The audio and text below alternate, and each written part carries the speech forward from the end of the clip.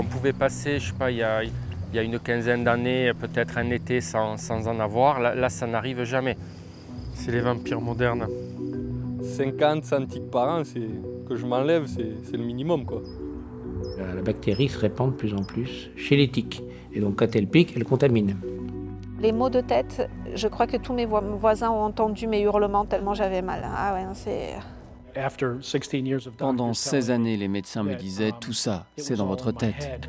Non monsieur, vous n'êtes pas malade, c'est psychosomatique, allez voir un psychologue ou un psychiatre. Monsieur, vous êtes fou. On leur dit ça concrètement aux malades. C'est l'épidémie mondiale la plus importante, transmise par un vecteur. La numéro 1. Il y a un coupable, évidemment, dans cette histoire. Et celui-ci est invisible, ou presque. Une seule petite bête porte en elle une grande menace, la tique. Cet acarien d'à peine quelques millimètres transmet une maladie dramatique et pourtant méconnue, la borréliose ou maladie de Lyme.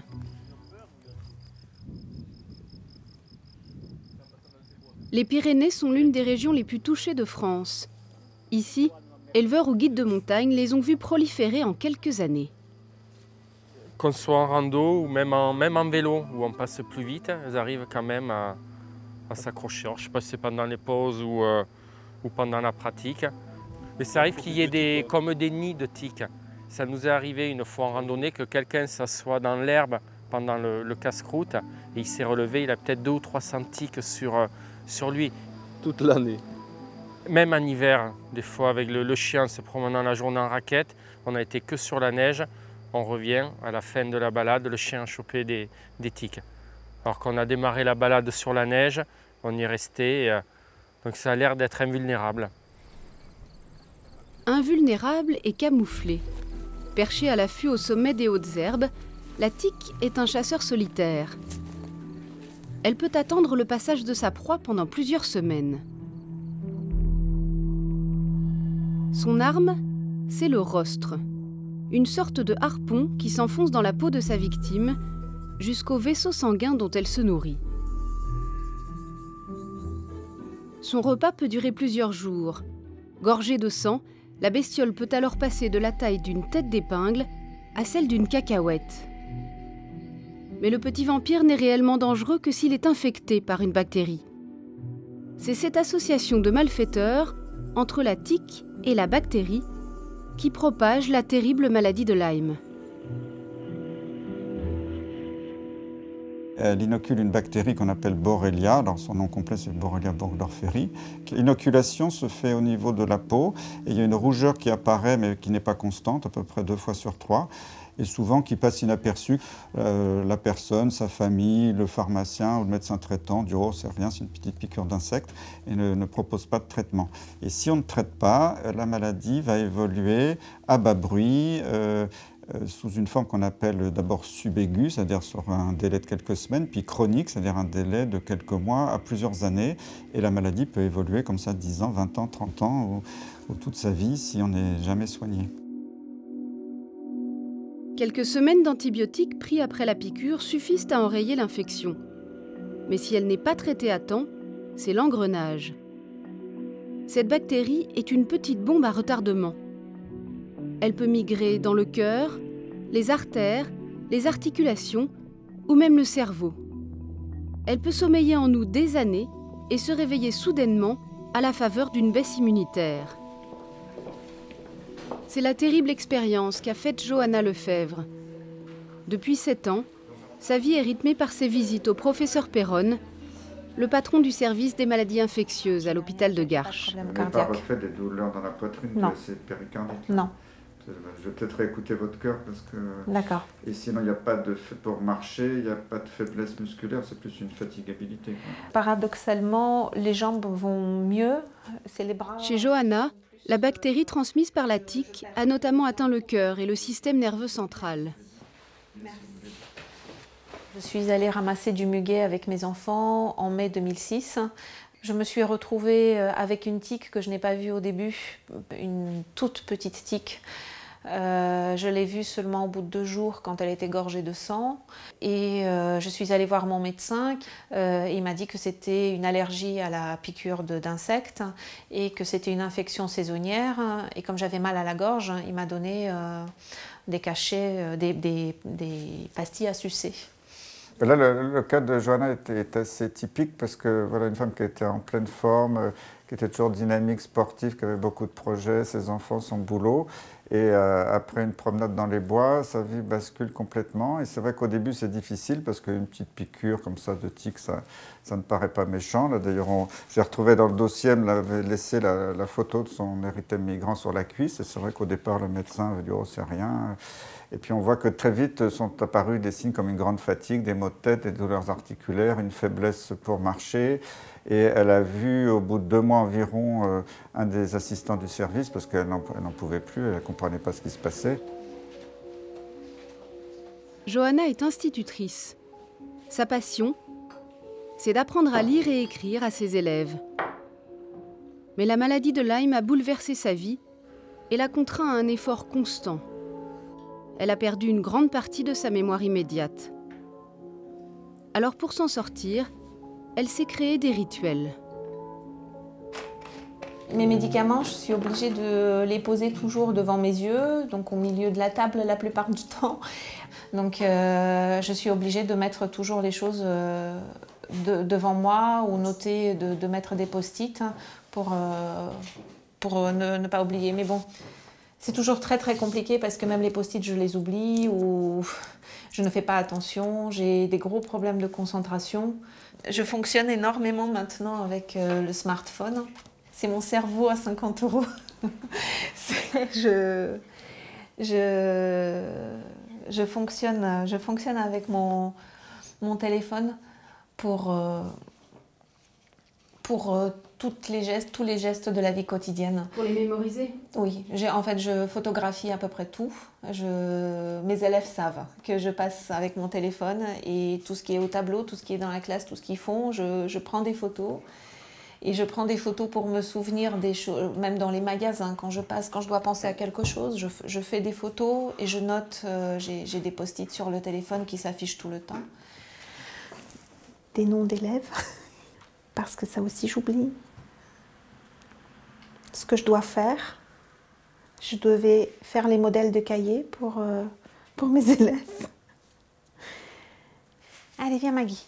La maladie est invisible, mais la bataille constante. Les jours où Johanna n'enseigne pas, le lit est son allié.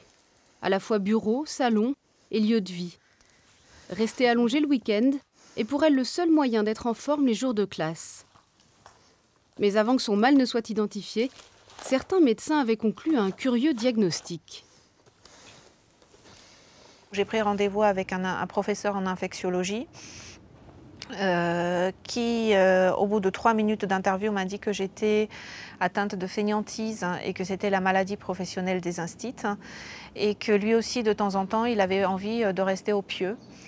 Depuis, Johanna a appris à identifier les symptômes de la maladie de Lyme et leurs étranges va-et-vient.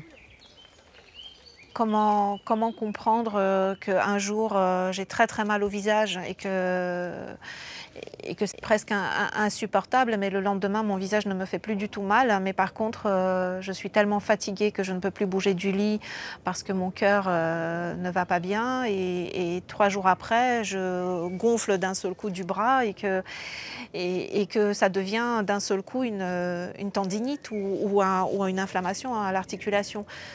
Donc pour l'entourage, c'est très très très très difficile à comprendre et à gérer.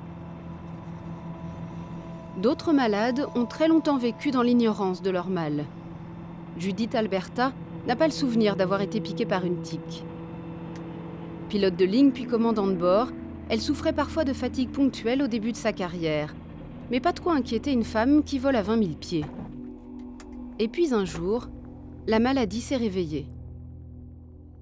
C'est beaucoup plus tard, quand je suis entrée à Air France et quand j'ai travaillé comme instructeur, que là j'ai eu vraiment des problèmes, des douleurs, surtout articulaires, au niveau du dos, au niveau des cervicales notamment, des troubles de la vision. J'ai commencé à avoir des troubles de l'élocution et ça a vraiment posé des gros problèmes dans mon travail, dans la formation. Tant et si bien qu'au bout d'un certain nombre d'années, j'ai été obligée d'arrêter de travailler et de quitter la compagnie, tout simplement. Je ne pouvais plus travailler. Il lui aura fallu des années avant de mettre un nom sur le mal qui la rongeait. Ballottée de spécialiste en spécialiste, jamais la maladie de Lyme ne lui a été évoquée. 37 consultations médicales en 10 mois, entre juin 2008 et avril 2009.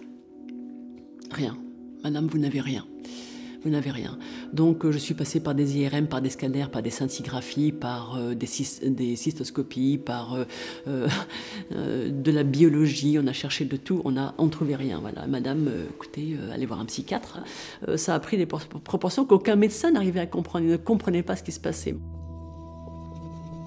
Un brouillard total et des douleurs infernales, des brûlures dans les muscles, dans le ventre, dans les poumons, dans le front, dans les yeux, des brûlures, mais une douleur permanente qui fait que il y a eu des moments, des hivers où je me disais mais c'est pas possible, quoi. Je ne vais pas continuer comme ça, je ne peux pas envisager de passer encore une autre année comme ça, c'est pas possible. Cette errance médicale est l'épreuve infligée à de nombreux patients. En plus de souffrir physiquement, le malade souffre de n'être pas reconnu. C'est l'étonnant paradoxe de la maladie de Lyme. Objectivement fréquente, elle demeure méconnue des médecins et mal diagnostiquée. En partie parce qu'en France, les spécialistes de cette pathologie se comptent sur les doigts de la main. Pour trouver un médecin qui se consacre exclusivement à la maladie de Lyme, on peut se rendre aux États-Unis, dans l'État de New York. Le docteur Horowitz y a ouvert un centre médical spécialisé. Une centaine de nouveaux patients s'y précipitent chaque mois. Le médecin est l'un des rares à pouvoir diagnostiquer efficacement cette maladie aux formes si variées, car il a mis au point une méthode. De quels symptômes souffrez-vous encore? La maladie de Lyme est une maladie multisystémique. Donc ce que je fais, c'est que je récupère l'historique du patient et je lui donne un questionnaire avec 38 questions sur plein de symptômes différents. Et c'est si je vois qu'ils ont plusieurs de ces symptômes combinés que je commence à m'interroger. Pas juste une douleur articulaire ou un épuisement, mais aussi s'ils transpirent le jour, la nuit, s'ils ont des frissons, un peu comme le paludisme. S'ils ont des moments d'épuisement qui vont et viennent, des douleurs musculaires qui se déplacent partout dans le corps, un jour un endroit, le lendemain un autre, s'ils ont des picotements et des brûlures qui vont et viennent, et des problèmes de mémoire, de concentration, alors qu'ils sont jeunes et ne devraient pas en avoir. S'ils ont tous ces symptômes à la fois, et qu'ils disent « je suis hypersensible à la lumière, au bruit », je n'arrive pas à m'endormir le soir, j'ai des insomnies, je suis angoissé, déprimé. Et tout ça sans raison. Si tous ces symptômes combinés sont présents, alors c'est là que je suspecte une maladie de Lyme. Je leur suis vraiment reconnaissante, vraiment. Parce que quand je suis arrivée ici, j'avais l'air horrible. J'étais pâle. Mes yeux étaient tout rouges. Il faisait 30 degrés dehors, c'était l'été, et pourtant j'avais 4 épaisseurs de blouson et de pull. J'étais complètement gelée. Ça a été un dur chemin. Et c'est alors que ses problèmes cognitifs se sont aggravés et qu'elle a commencé à avoir des pertes de mémoire. Elle ne reconnaissait plus un pont sur lequel on passait. Elle ne reconnaissait pas ma mère. Elle ne savait plus qui j'étais. Si la jeune patiente se porte mieux, c'est en partie grâce à une combinaison très complexe de traitements. Mais même après 20 ans de pratique, le médecin américain et son équipe tâtonnent encore. Les patients ne sont pas à l'abri des rechutes. Parfois, vous voyez arriver un patient pour la première fois. Il a beaucoup de mal à parler. Il est si paralysé du visage qu'il ne peut pas s'adresser à vous. Et puis, quand il revient après 6 mois de traitement, il est capable de se lancer dans une vraie conversation. Là, tout va tellement mieux. Ça fait plaisir. Le problème, c'est que parfois, 6 mois plus tard, ça recommence. Et là, de nouveau, certains ont beaucoup de peine à parler ou à marcher. Si cette curieuse maladie intéresse les Américains, c'est qu'ici on la craint depuis très longtemps. Le nord-est du pays est l'une des régions les plus touchées au monde. Pendant des siècles, les Indiens évitaient de traverser certaines vallées au printemps et à l'automne, période de recrudescence des tiques. Ceux qui étaient touchés pouvaient être atteints d'un mal incurable.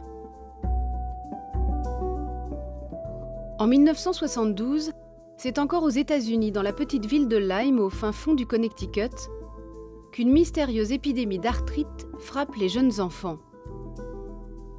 Personne ne pense alors à une maladie bactérienne, car à l'époque, on croit que les antibiotiques ont éloigné toutes les infections. Il faudra attendre 1982 pour que le scientifique américain Willy Burgdorfer établisse le lien entre la tique et la transmission de la bactérie Borrelia à l'homme.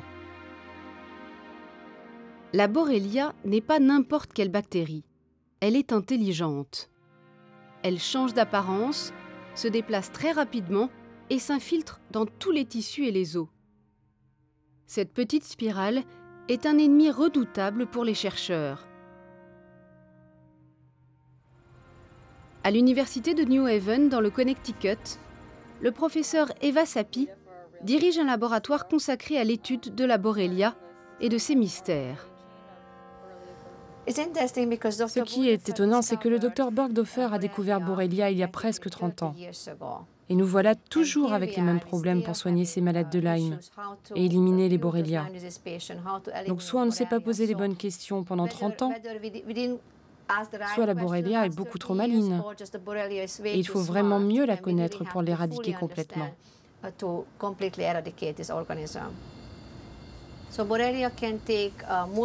La Borrelia peut prendre de multiples formes.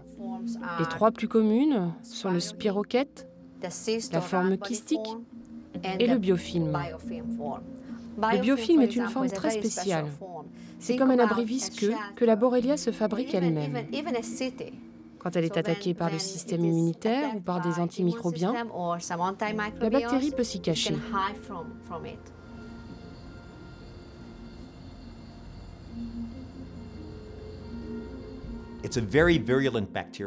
C'est une bactérie extrêmement virulente.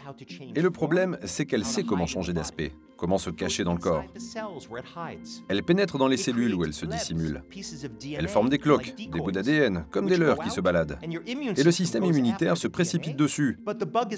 Mais elle va se cacher dans des cellules qui deviennent une cible pour votre système immunitaire et provoquent ainsi une réaction auto-immune. Et on la trouve dans des endroits où les antibiotiques ne pénètrent pas bien. Elle s'infiltre profondément dans les articulations, dans les yeux, dans les tissus profonds du cerveau.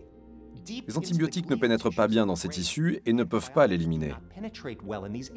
Cette bactérie est extrêmement intelligente. Elle a plus d'ADN que n'importe quelle bactérie sur la planète.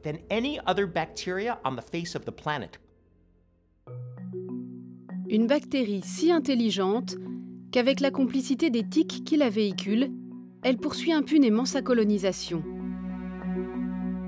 Aux États-Unis, les chiffres publiés par les autorités de santé en 2013 sont 10 fois plus élevés qu'en 2012. Il y aurait sur le territoire plus de 300 000 nouveaux cas par an.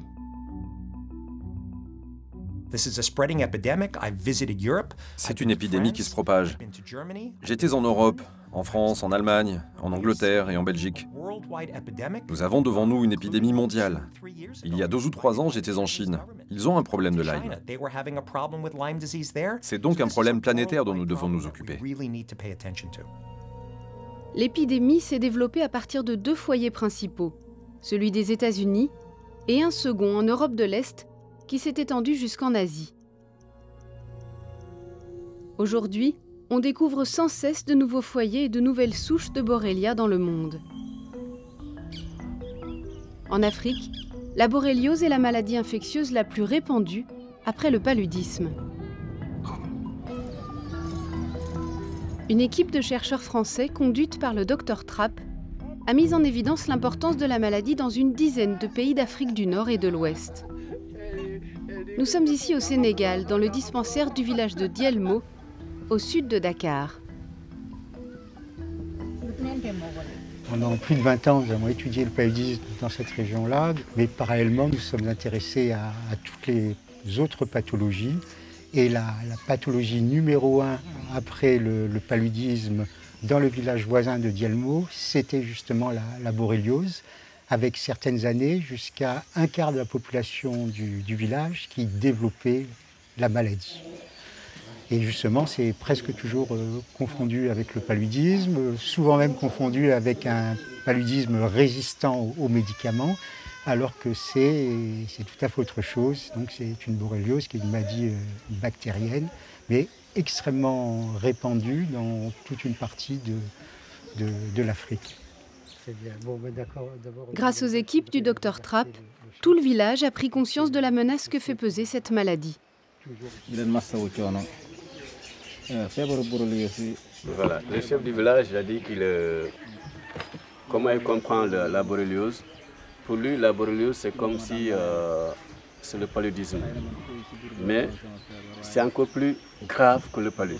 Parce que si tu as la borréliose, tu as une forte fièvre. Et au moins, tu as l'impression que tes os se cassent à l'intérieur. Une surveillance sanitaire doublée d'une bonne prévention permet de maîtriser l'infection dès son apparition.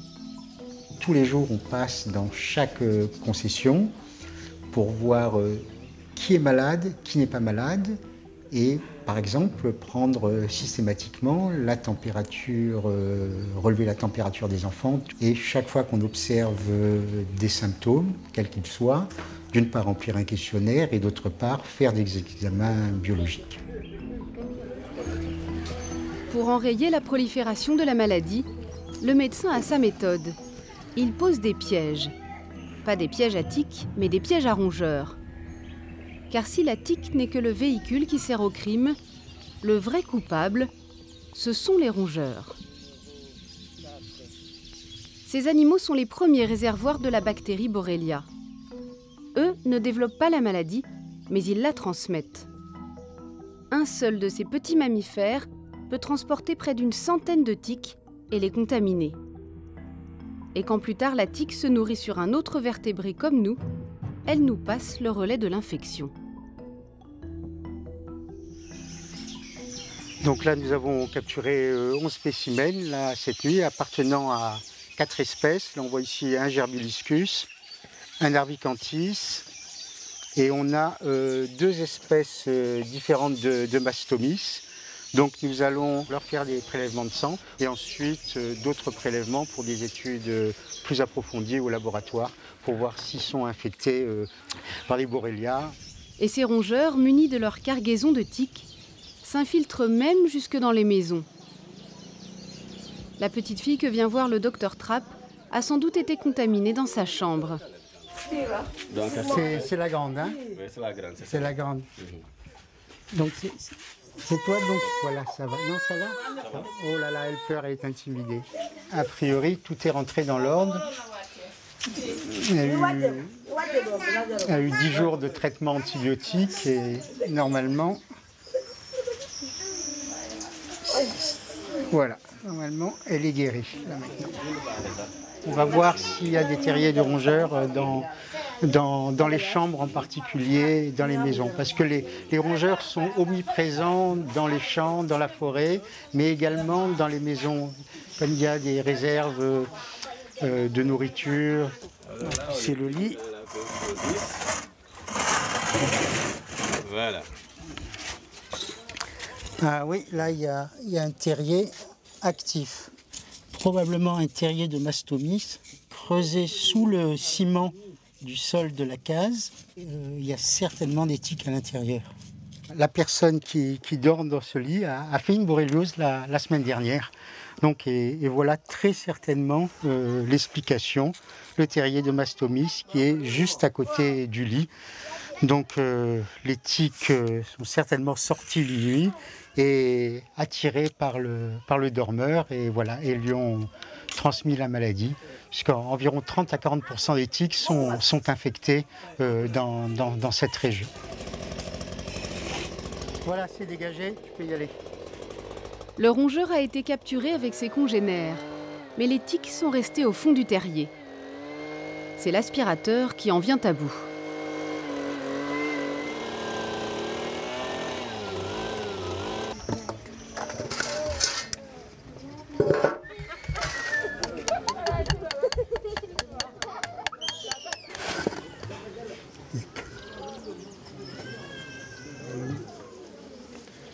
Deux, 3, 4, 5, oui, là, ici. Voilà. Voilà, il y en a qui sont bien gorgés. C'est l'heure de la récolte de tiques. Elles subiront le même sort que leurs amis les rongeurs. Le docteur Trapp va tester leur degré de contamination.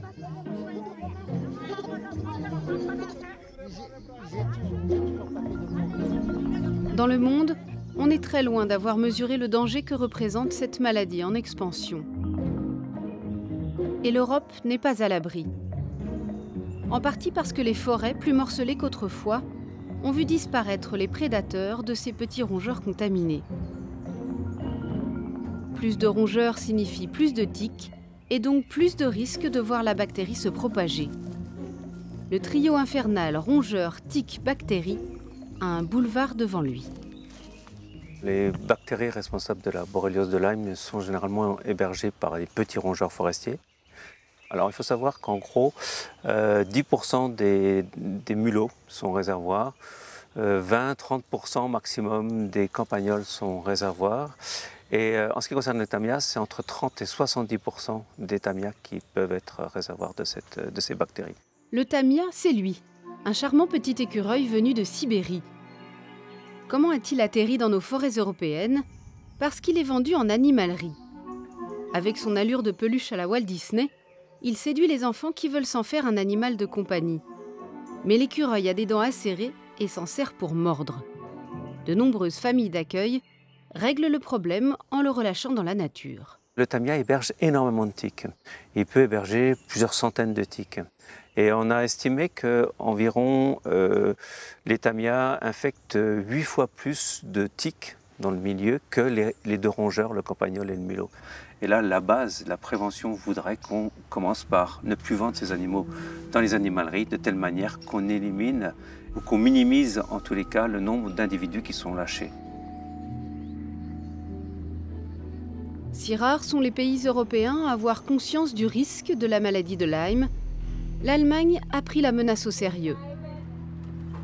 La lutte contre les tiques s'affiche ici dans toutes les pharmacies. Mais oui, on sait qu'il y a un problème qu'on peut avoir de rattraper les tiques et on sait qu'on doit les enlever le plus vite qu'on le voit. Peut-être c'est déjà un peu une épidémie. Hein. On a pas mal de gens qui rattrapent des maladies à cause de ça. On est dans une région, là aussi, au bord du Rhin, aussi le Forêt-Noire, en face les Vosges. On a beaucoup de tiques qui se transmettent des maladies, surtout la borréliose ou maladie de Lyme.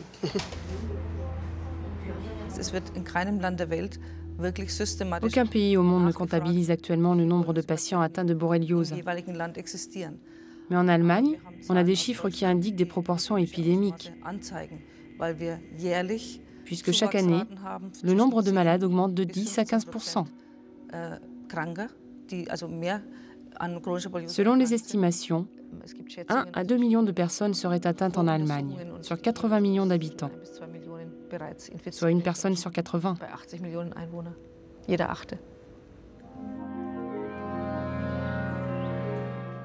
De l'autre côté du Rhin, en France, officiellement, on ne parle pas d'épidémie. Au contraire, la maladie de Lyme demeure classée parmi les maladies rares. Pour ce généraliste alsacien, cette affaire relève tout bonnement du déni médical. Ce n'est pas une maladie rare, hein, parce qu'au niveau d'un cabinet médical de médecine générale, on peut trouver ça par centaines de cas. Alors donc ce n'est plus une maladie rare. Maintenant, quand on regarde un peu les chiffres allemands et les chiffres français, on peut se poser des questions. En face de nous, à quelques kilomètres, ils ont 200 fois plus que chez nous. Alors sûr que le Rhin, c'est une bonne frontière. Hein, mais, bon, elle a arrêté Tchernobyl, ça tout le monde le sait. Quoi. Hein, elle arrête aussi maintenant la maladie de Lyme. Quoi. Pourquoi donc en France ne prend-on pas la mesure de la progression de cette maladie?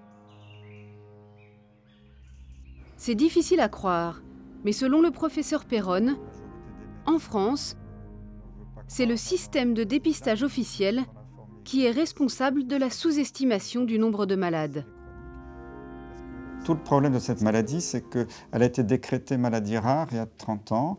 Et du coup, tous les tests sérologiques faits pour la diagnostiquer sont faits en telle sorte qu'on ne puisse jamais dépister plus de 5% de personnes séropositives dans une population donnée. C'est comme si on mettait un plafond. Il y a un plafond, exactement. C'est pour ça que d'ailleurs, quand vous faites la même personne, moi je l'ai vécu dans mes patients, avec le même test, faisait tester dans différentes villes de France quasiment le même jour ou la même semaine, il peut avoir des résultats différents. Autrement dit, des patients déclarés négatifs dans une région peuvent être positifs dans une autre. Car la sensibilité du test de dépistage diffère d'une région à l'autre. À ces interrogations s'ajoute une incertitude scientifique. La fiabilité même du test de dépistage est aujourd'hui très largement mise en cause. Ce test de dépistage n'est pas très sensible. Ça a été publié dans la littérature médicale. Il a une sensibilité de 55-56%. Ce sont des chiffres de l'université Johns Hopkins. Une sensibilité de 55%. C'est comme jouer à pile ou face. Aux États-Unis, on commence à informer les patients sur le manque d'efficacité de ce test. Mais chez nous, c'est silence radio. En général, pour la plupart des infections, on effectue un second test plus spécifique pour confirmer le résultat du premier. Mais pas pour la maladie de Lyme. On a des tests qui ne sont pas satisfaisants à 100% à l'heure actuelle. Nous, ce qu'on demande, c'est que des gens, il y ait une autorité indéniable qui disent on a ça, on a ça, on a ça, et on est objectif. Là, c'est un sujet polémique. C'est un sujet polémique. Donc on est obligé de rester à notre petit niveau, dans nos petits laboratoires. On fait ce qui nous semble être le mieux, mais on n'a pas de juge de paix, on n'a pas de consensus vraiment pour savoir sereinement ce que l'on peut faire. C'est un consensus éclairé dont on a besoin, et pas un consensus de déni. Stratégie délibérée, manque de volonté politique ou simple immobilisme? Le moins que l'on puisse dire, c'est que les autorités sanitaires maintiennent le flou. Et la polémique scientifique ne s'arrête pas là. Sur la forme même de la maladie, le monde médical n'est pas unanime. Peut-elle devenir chronique? Est-elle évolutive? Son traitement doit-il être ponctuel ou de longue durée? Officiellement, en France, le Centre national de référence pour la maladie de Lyme recommande 3 semaines d'antibiotiques, éventuellement renouvelables une seule fois.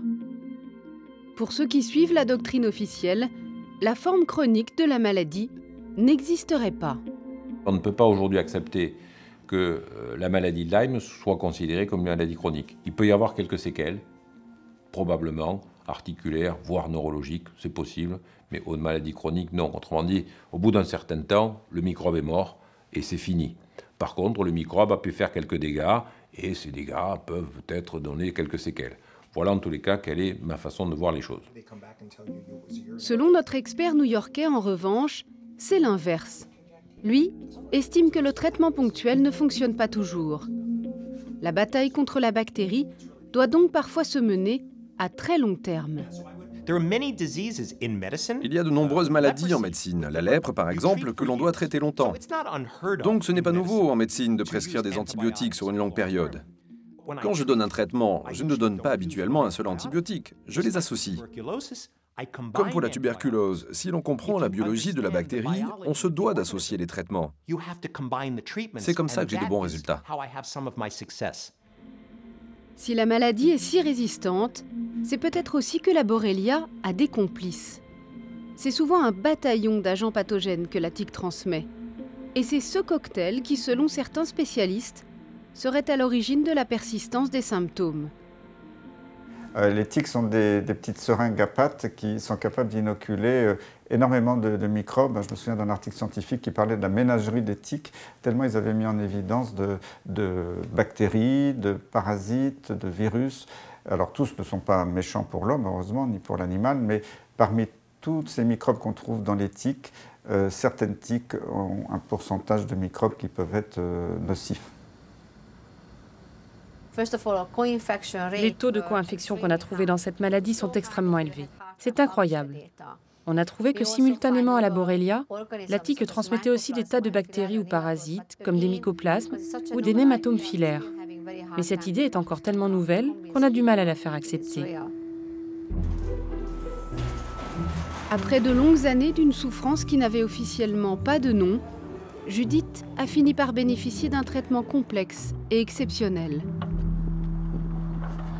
J'ai recommencé à piloter réellement en janvier 2011, après les 3-4 premiers mois de traitement qui étaient initialement traitement alternatif, puis traitement allopathique, avec des doses d'antibiotiques extrêmement fortes, et qui m'ont permis vraiment de franchir un cap, de retrouver mon esprit, de retrouver une énergie décuplée, un état, une santé extraordinaire me permettant de repiloter.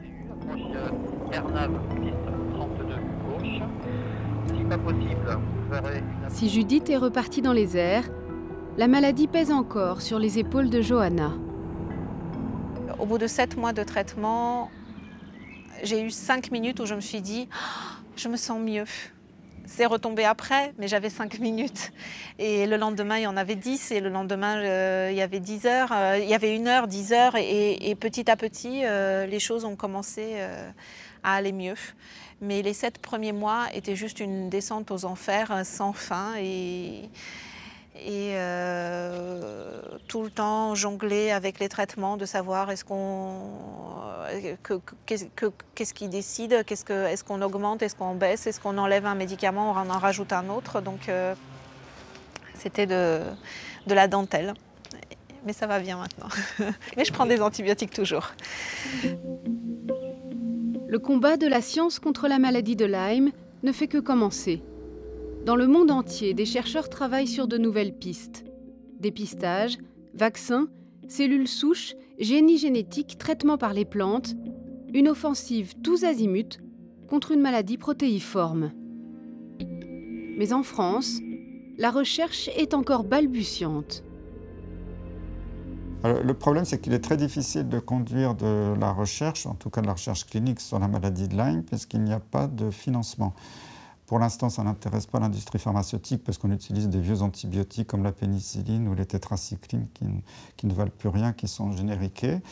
Et puis, vu par l'industrie, le Lyme reste toujours une maladie rare, source de polémique, donc ils ne voient pas très bien le retour sur investissement. Donc on tourne un petit peu en rond parce que quand on dit mais il faut que vous progressiez par la science et qu'on veut le faire, on n'a pas le financement pour le faire. Je crois que c'est la priorité, ce serait d'obtenir des financements pour faire avancer la recherche. En attendant le remède miracle, Judith, la pilote de ligne, a fini par se battre avec ses propres armes. Elle a d'abord publié un livre qui raconte sa longue errance médicale. Et puis, il y a 2 ans, elle a fondé Lyme sans frontières, avec d'autres malades et des médecins. Son objectif, défendre ceux que la médecine prétend ignorer et pousser les autorités à prendre enfin conscience de l'épidémie. Allô, oui, bonjour. Et le moins que l'on puisse dire, c'est que son initiative a eu de l'écho. J'ai traité en 18 mois environ 18 000 emails et 18 000 appels téléphoniques. C'est une détresse très souvent très importante que les personnes me livrent. Nous avons la possibilité de diriger les gens donc vers des médecins qui sont compétents, des médecins qui sont formés aux nouvelles approches de traitement de la maladie de Lyme. Nous avons la possibilité bien sûr de les écouter, de les mettre en relation avec d'autres membres de l'association.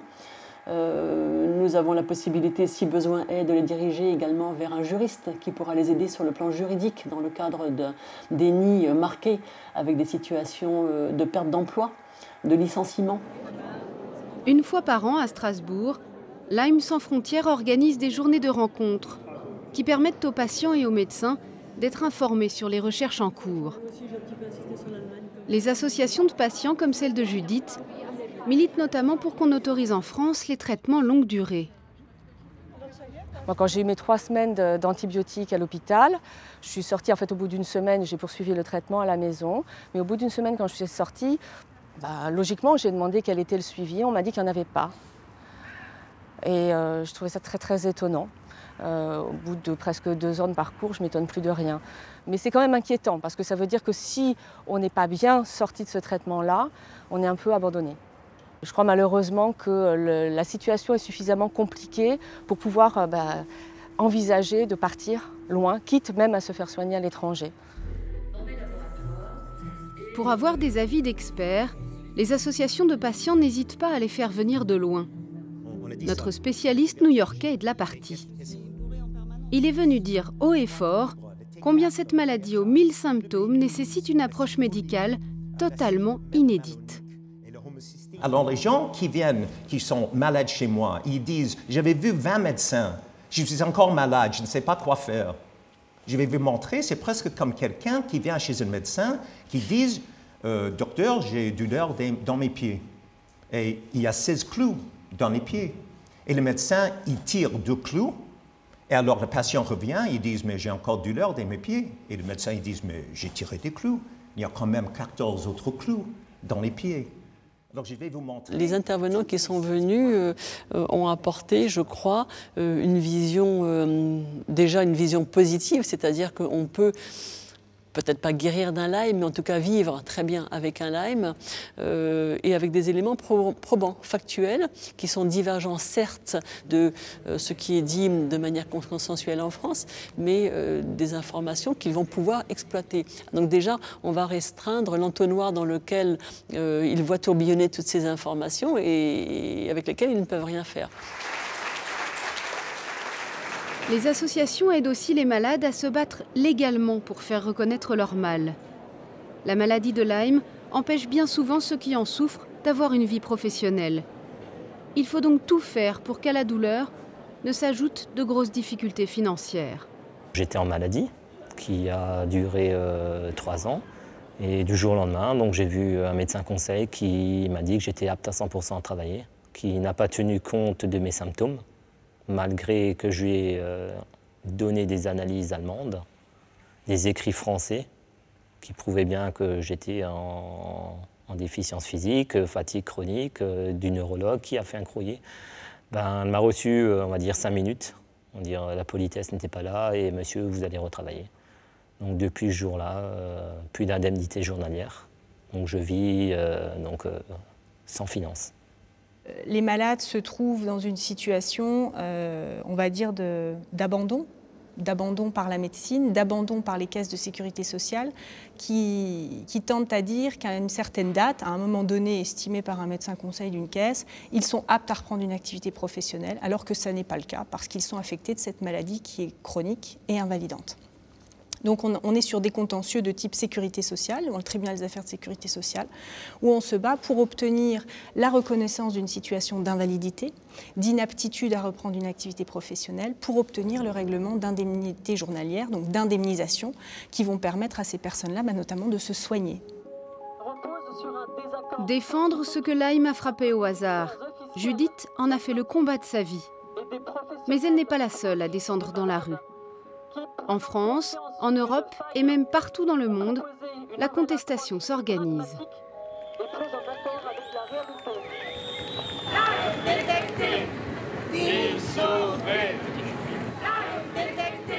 En 2013, la première journée mondiale de sensibilisation à la maladie de Lyme a rassemblé des dizaines de milliers de manifestants de Vancouver à Varsovie et de Melbourne à Oslo.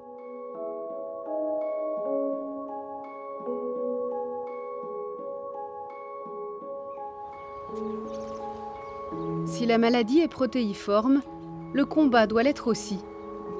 Geneviève Perello a fondé le réseau Borréliose avec d'autres malades. Son objectif, tenter d'y voir plus clair dans le flot si contradictoire d'informations qui circulent sur la maladie de Lyme. Geneviève est atteinte d'une forme neurologique de la maladie, la neuroborréliose. Paralysie, problème d'élocution. Elle mène la lutte à sa manière, avec les forces qui lui restent. Entre eux, les malades s'appellent les neuro-B. Nous sommes tous des neuro-B dans le réseau Borréliose. Et nous ne sommes pas capables d'un travail sur la distance, d'efforts sur le long terme. Enfin, le long terme, ce serait presque 1 heure. Parce qu'il faut lutter.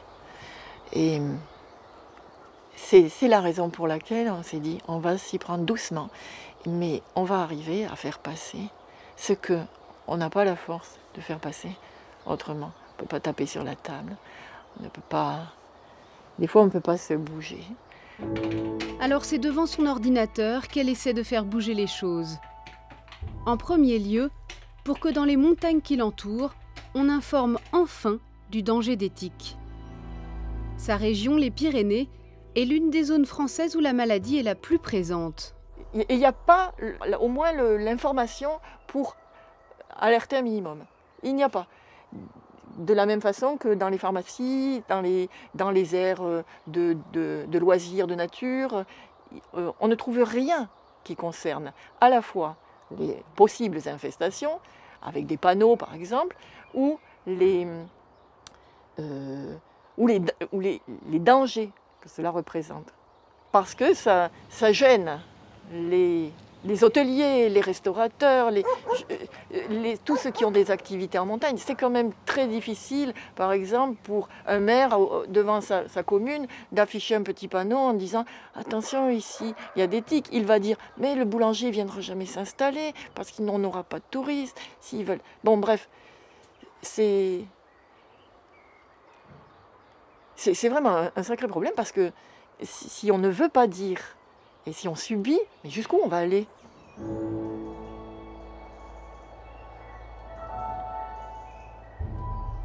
Pourquoi il n'y a pas d'information dans toutes les pharmacies?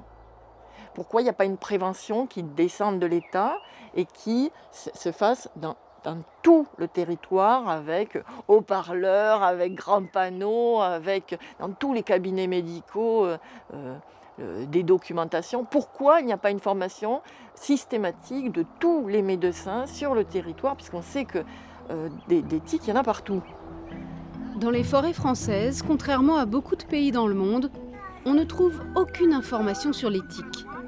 La charte du promeneur, les comportements interdits, les risques d'incendie sont écrits noir sur blanc.